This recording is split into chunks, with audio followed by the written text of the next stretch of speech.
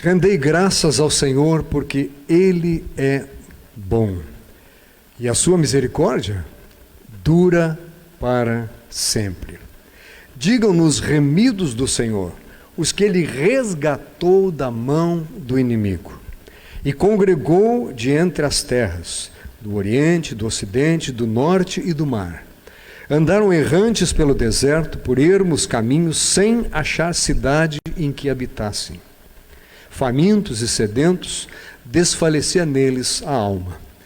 Então, na sua angústia, clamaram ao Senhor, e Ele os livrou das suas tribulações.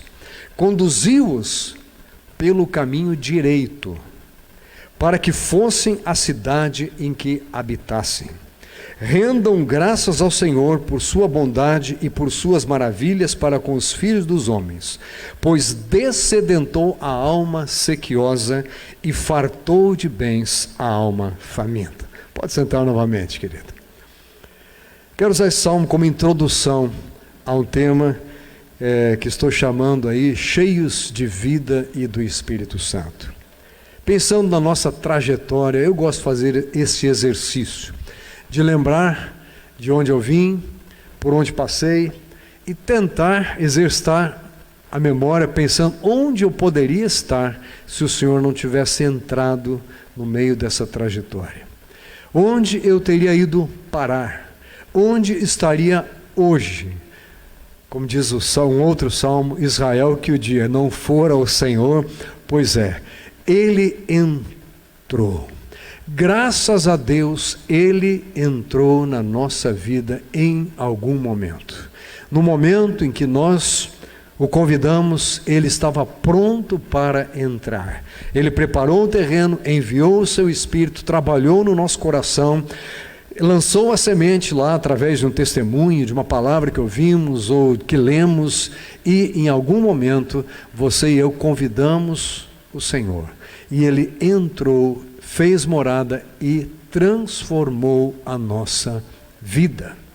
Saiba de uma coisa, com toda certeza você não estaria onde está hoje, se o Senhor não tivesse entrado naquela ocasião.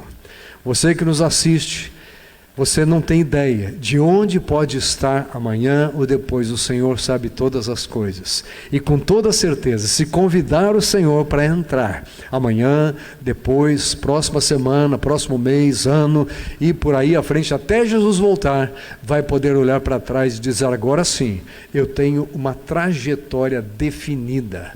Reconheço um propósito de vida que entrou e que me faz agora viver. Este salmo, é óbvio, ele se refere ao povo do Senhor, ao povo de Israel, da antiga aliança, e o povo é exortado a render graças ao Senhor, porque o Senhor é bom e a sua misericórdia não acaba, ela tem infinita duração. Dizendo isso, ele fala: quem é este povo do Senhor? Digam-no os remidos do Senhor. Deixa eu perguntar aqui, quem é um remido do Senhor? Levante a mão aí.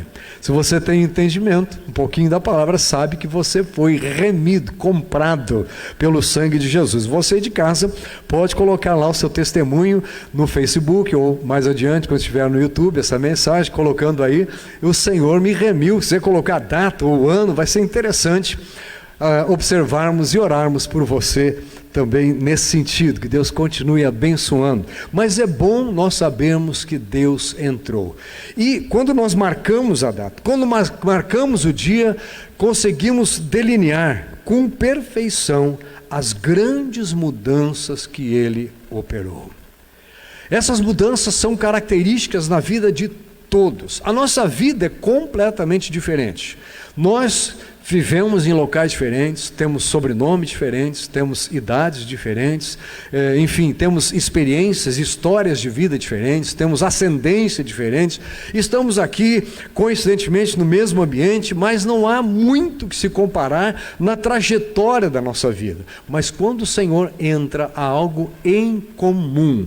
Nós fomos remidos, nós somos redimidos, nós fomos comprados pelo Senhor. E isso é a boa notícia para o povo de Deus. Por isso ele diz assim: digam-no os remidos do Senhor, os que ele resgatou da mão do inimigo.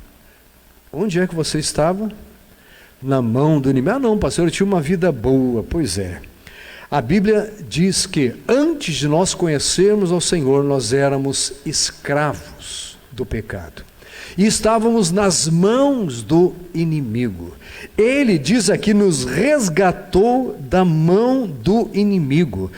Não precisa tirar aí da página, eu prometo que eu leio certinho. Colossenses 1,13 diz: ele nos libertou do império das trevas e nos transportou para o reino do Filho do seu amor, no qual temos a redenção, a remissão dos pecados. Nós estávamos lá no império das trevas, e no império das trevas nós não escolhemos o que fazemos, não decidimos o que vamos fazer, não podemos fazer escolhas porque estamos sendo totalmente dominados pelo pecado.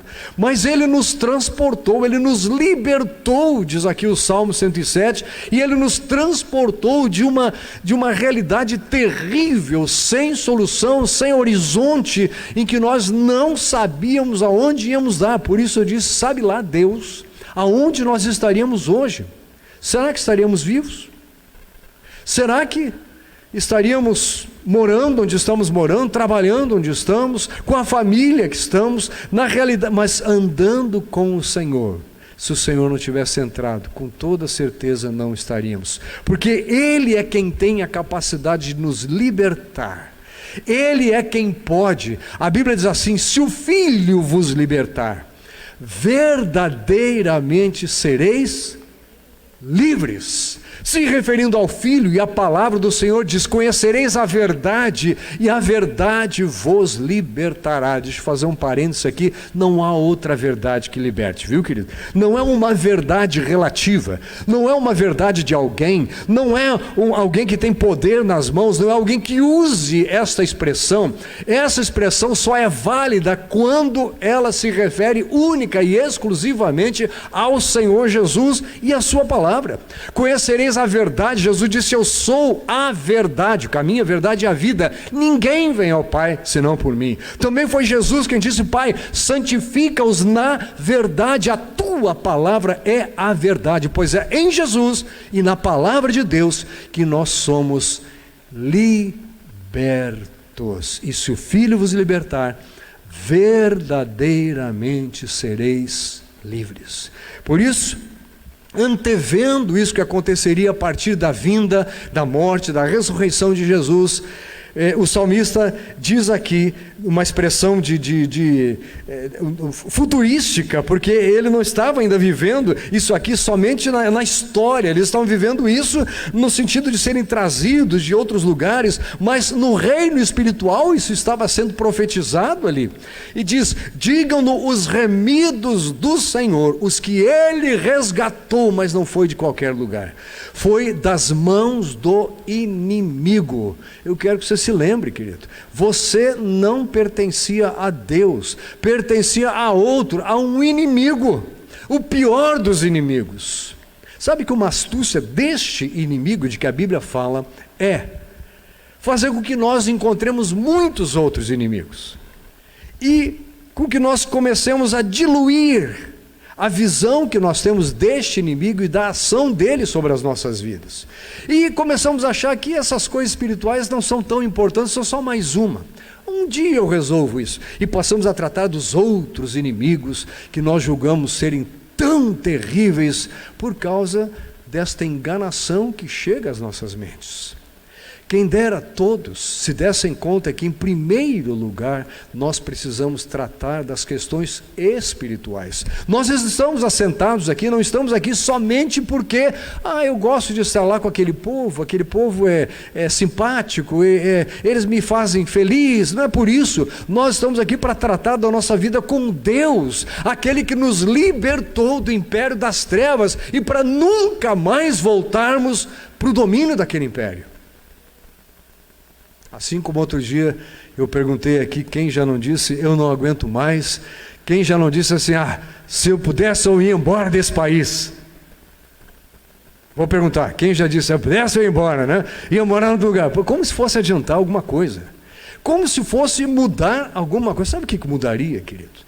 É se nós todos, independentemente do partido que tenhamos simpatia, simplesmente começássemos a falar bem desse país. Tem tanta coisa boa para falar desse país. Só que isso poderia se tornar de novo uma diluição, porque há muito mais coisas boas para falar daquele país, aquele lindo país, para onde nós estamos nos preparando para ir. Glória a Deus. É para lá que nós vamos, é para lá que eu vou, é para lá que nós estamos indo, porque Ele nos libertou para que nós pudéssemos começar a trilhar a caminhada de chegada até lá. Ele é o caminho, nós estamos andando nele para juntos chegarmos até aquele lugar. Aqui ele diz, ele congregou as pessoas das terras, no nosso caso, olha, tirou gente de todas as famílias, de todos os lugares, em todos os cantos deste planeta. Ele está congregando e convidando e usando o seu próprio povo já redimido para alcançar ainda outros, para que muitos outros ainda sejam salvos, porque na casa do meu Pai há muitas moradas. Se assim não fora, disse o Senhor Jesus, eu vou-lhe teria dito, pois vou preparar-vos lugar, há lugar para todos. Quem dera todos estes lugares fossem ocupados no dia em que Jesus voltar. É para isso que nós estamos trabalhando, e Deus continua libertando pessoas do império das trevas, um lugar de escuridão, um lugar onde as pessoas, como diz um versículo na Bíblia, só nem sabem aonde tropeçam. Os que caminham na escuridão, a Bíblia diz que são assim.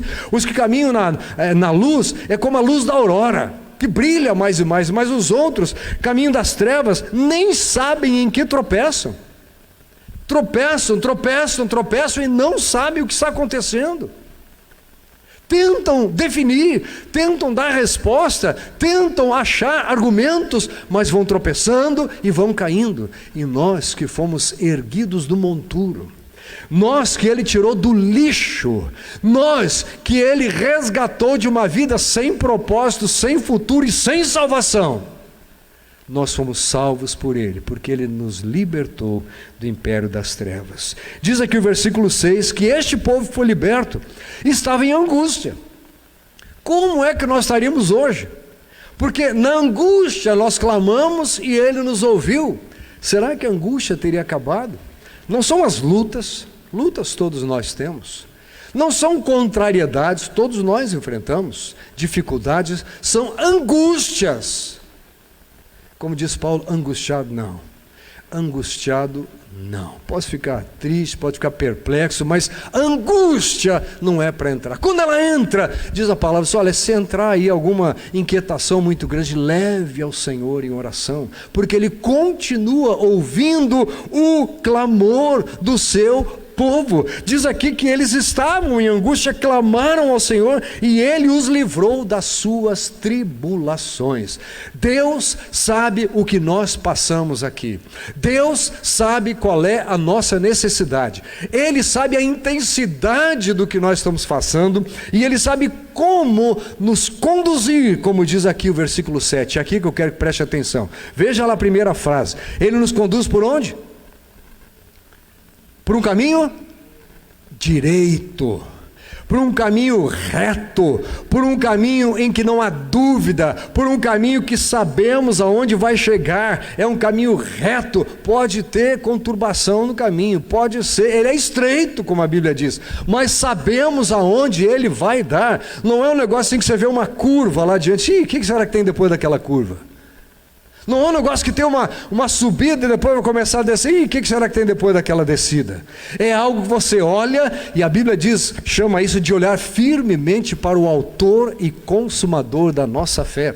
Paulo usa uma outra expressão, olhando para o alvo, para o prêmio da soberana vocação em Cristo Jesus. Nós temos um horizonte, temos um foco, temos um alvo, porque Ele nos libertou da cegueira das trevas. Ele nos deu direção, Ele nos deu orientação, orientação, Ele abriu os nossos olhos e Ele nos conduz claramente por um caminho direito. Não é qualquer caminho, não são caminhos tortuosos, escabrosos, não são lugares de sofrimento, são lugares de vitória, são lugares de determinação a permanecer na presença do Senhor. Que maravilha! Em que caminhos nós estaríamos hoje? Se Ele nos transportou para este caminho, um caminho direito, e que nos leva para a cidade aonde nós vamos habitar, é isso que diz aí, no caso do povo, para eles irem para a sua cidade, ter habitação, para nós espiritualmente, este caminho leva para a cidade que Ele está preparando para nós. Intitulado em algumas passagens bíblicas de Nova Jerusalém, é para lá que nós estamos indo.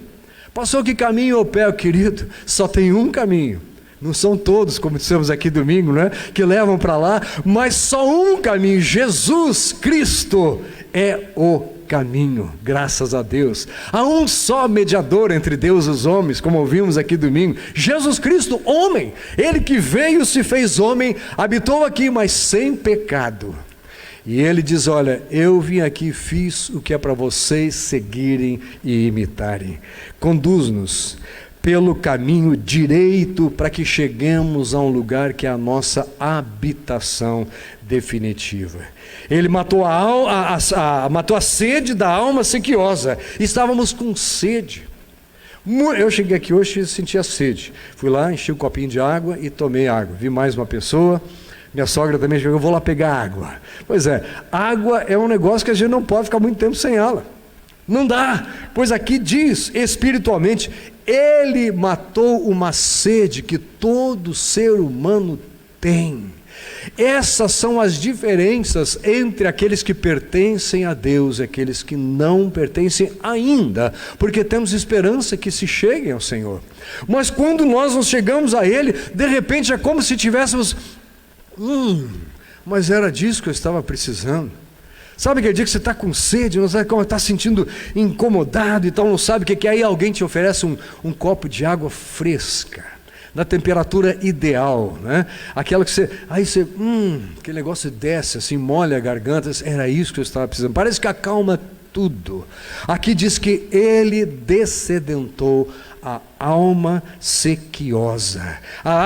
A sede não é no físico, a sede principal é na alma. As pessoas estão secas, é como aquele arbusto solitário no deserto, que não mora perto de água, não é como aquela árvore que está plantada junto a correntes de água, da pessoa que lê a palavra, que medita na palavra, que procura fazer o que está escrito na palavra. É aquele arbusto solitário no deserto, seco,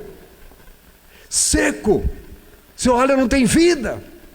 Nós éramos e continuaríamos sendo assim, sem vida, sedentos. E fartou de bens a alma faminta. Não há mais fome que nos deixe desesperar da vida, porque Jesus entrou, Ele fez toda a diferença, nos transportou para o reino do Filho do seu amor, o Filho do amor de Deus, no qual temos a redenção, a remissão dos pecados, o motivo daquele sofrimento, o motivo da escravidão, daquele império das trevas, a razão de nós estarmos sem orientação, de não enxergarmos nada, de tropeçarmos sem saber no que e cairmos sempre, era o pecado. Jesus morreu na cruz não foi para nos dar uma vida melhor, para fazer com que o governo certo estivesse sobre a nação. Jesus morreu na cruz porque o problema do ser humano é que ele estava escravizado pelo império das trevas, estava escravizado por causa do pecado, pois exatamente este foi o preço que ele pagou. Quando perguntaram para Jesus lá na ocasião da sua inquisição, quando ele estava para ser morto, você é o rei, tal, e ele falou assim, o meu reino não é deste mundo. O meu reino é espiritual, e aqueles que entendem isso se submetem a este reino de Jesus. Embora muito em breve, todos nós venhamos a ver a instalação do reino físico, porque o Senhor Jesus há de chegar, e a Bíblia diz que todo joelho há de se dobrar, e toda língua há de confessar o quê? Que Jesus Cristo é o Senhor. É o Senhor. Nós estamos vendo tanta gente se levantando. Povo de Deus, acorde. Nós estamos vendo tanta gente se levantando, dizendo: eu mando, eu decido, eu determino. E aí ele descobre que o outro não deixa, que não sei quem não permite, e de repente descobrimos que nem a própria autoridade que as pessoas pensam que têm, elas têm. Mas a autoridade que Jesus deu a você e a mim, ninguém a tira, porque ela se refere ao reino espiritual. Se houver demônio para ser expulso, você diz: sai em nome de Jesus, e ele tem que bater em retirada. Se houver cura para ser feita, que o Senhor deseja fazer no físico de alguém, você ora, ou você determina lá falando, orando, dizendo: seja, receba a cura, e a pessoa recebe a cura, porque ele continua fazendo o que ele sempre fez no meio da raça humana. Graças a Deus por pertencermos a este reino e não mais ao império das trevas. Graças a Deus que fomos redimidos, temos redenção, temos remissão dos pecados, fomos remidos dos nossos pecados, redimidos e remidos, e nós estamos aqui. E Efésios capítulo 2, versículo 1 diz assim: ele nos deu vida, ele nos deu vida, estando nós mortos nos nossos delitos e pecados. Ele não esperou que nós demonstrássemos algum merecimento, que nós conseguíssemos dar alguns passos espirituais. Ele não esperou que nós mostrássemos algum mérito. Ele não esperou que nós fizéssemos algumas boas obras. Ele não esperou que nós nos tornássemos membros de alguma igreja. Ele simplesmente foi lá, morreu, pagou o preço e disse: está aqui, está pago. Quem quiser venha e receba de graça, beba desta água viva que eu dou para matar a sede. Quem quiser venha e receba, porque ele nos deu vida, estando nós mortos nos nossos delitos e pecados. Ele mesmo, Jesus, disse: eu vim para que tenham vida, e a tenham em abundância. A vida que ele veio para dar não é uma vidinha simplesmente bem sucedida nos critérios humanos, e que vão acabar um dia, mas é uma vida vitoriosa eterna. Começamos naquele dia em que ele entrou, estávamos falando disso agora há pouco. No dia que ele entrou, esta vida nos foi dada. A morte deixou de reinar na nossa vida, e o nosso espírito que estava morto passou a viver. Não foi uma melhorada que ele deu, não foi uma transformadinha, ele simplesmente nos fez novas criaturas. Agora, se alguém está em Cristo, é nova criatura. As coisas antigas já passaram. Você diz: mas estou morando no mesmo lugar, uso a mesma roupa, trabalho no mesmo emprego, mas lá dentro tudo se fez novo. Sou nova criatura. Graças a Deus. A partir de um determinado momento, Deus começou a colocar inspirações santas dentro de você. Começou a colocar desejo de vitória, começou a colocar verdadeira, não vitória simplesmente de ser bem-sucedido, ser reconhecido, ter fama, mas vitória no sentido de saber que não importa o momento em que Jesus voltar, eu vou vê-lo de cabeça erguida. Sabe por quê? Porque há mais um versículo que eu quero dividir com você, que está lá em primeira carta de João, capítulo 4, versículo 13. Dê uma olhadinha lá. Vimos que ele deu vida, ele que nos resgatou do império das trevas, ele nos transportou para o reino do Filho do seu amor, nos deu vida, mas ele nos deu mais uma coisinha. Capítulo 4, versículo 13 da primeira carta de João. Abriu? Nisto conhecemos que permanecemos nele. Ele entrou e nós estamos andando nele. Como é que sabemos disso? E ele em nós, em que nos deu o seu Espírito. Ele nos deu o Espírito dele, o Espírito de vida, o Espírito poderoso, o Espírito que transforma tudo, o Espírito que tem todo o poder, aliás, o maior poder de que se tem notícia em todo o universo. Ele nos deu deste Espírito, Ele nos deu não deu um Espírito assim fraquinho para a gente lamuriar de um lado, Ele não nos deu um Espírito só para aguentar uma semana, Ele nos deu do seu Espírito. É interessante essa expressão, porque ele não está usando uma expressão assim, dizendo da obra de Deus, Ele nos deu o Espírito, fala, Ele nos deu do seu Espírito. Sabe aquele amigão que você tem, e põe a mão no bolso e tira do que é dele, e ajuda, aquele que vai e tira do tempo dele para estar com você. Jesus não deu só tempo, Ele não deu só recursos, Ele não deu saúde só, Ele deu do Espírito dele, e o Espírito, a Bíblia diz, é vida, o Espírito é vida, a carne, a Bíblia diz, está morta. O Espírito é vida, e Jesus não nos deu qualquer Espírito, Ele nos deu do seu Espírito. Graças a Deus, este é o motivo de nós estarmos aqui hoje à noite, celebrando mais uma vez a ceia e dizendo mais uma vez da alegria de sermos parte do povo de Deus. É lembrarmos-nos de que Ele nos resgatou, que Ele nos libertou, que Ele matou a nossa sede, que nunca mais nós sentimos fome das coisas espirituais. Ele nos deu vida e vida em abundância, e para completar, para vivermos aqui em vitória, para sabermos que continuamos nesta caminhada com Ele, Ele nos deu do seu Espírito.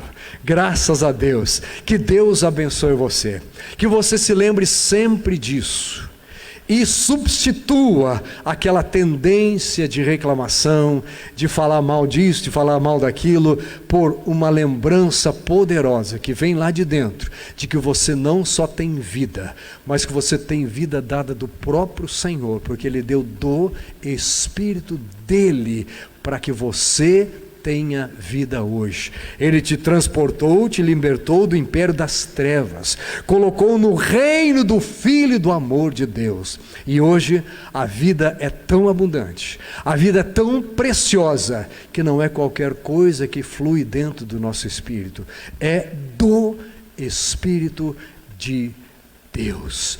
Povo de Deus, vitorioso, andando em vida abundante, é povo cheio do Espírito de Deus, que Ele nos dá, Ele simplesmente nos deu, diz aqui, Ele nos delegou, lá atrás quando nos convertemos, Ele colocou dentro de nós, e depois Ele diz, olha, agora consagre-se, e permita que esse Espírito comece a transbordar de dentro de você, como se fosse um copo, você coloca a água e vai despejando, não dá mais para conter. Assim é a abundância da vida que Ele nos dá. Graças a Deus. Por isso hoje, ao celebrarmos a ceia, hoje, ao comermos daquele pão, ao bebermos daquele cálice, lembremos-nos que a aliança do Senhor para conosco cumpriu tudo isso aqui. E que se hoje nós temos propósito, se hoje nós olhamos para frente e sabemos para onde estamos indo, se hoje nós olhamos para o lado e vemos a confusão e podemos dizer, mas no meio disso tudo, eu continuo sabendo quem eu sou, quem está me esperando e quando, e para onde eu estou indo, quando eu não sei, mas eu vou encontrar este Senhor lá no final da jornada. Glória a Deus, louvado seja o Senhor. Vamos orar, inclina a sua cabeça aí onde você está, você em casa, e diga ao Senhor da alegria, da gratidão que você tem hoje de poder celebrar a presença dEle no seu íntimo.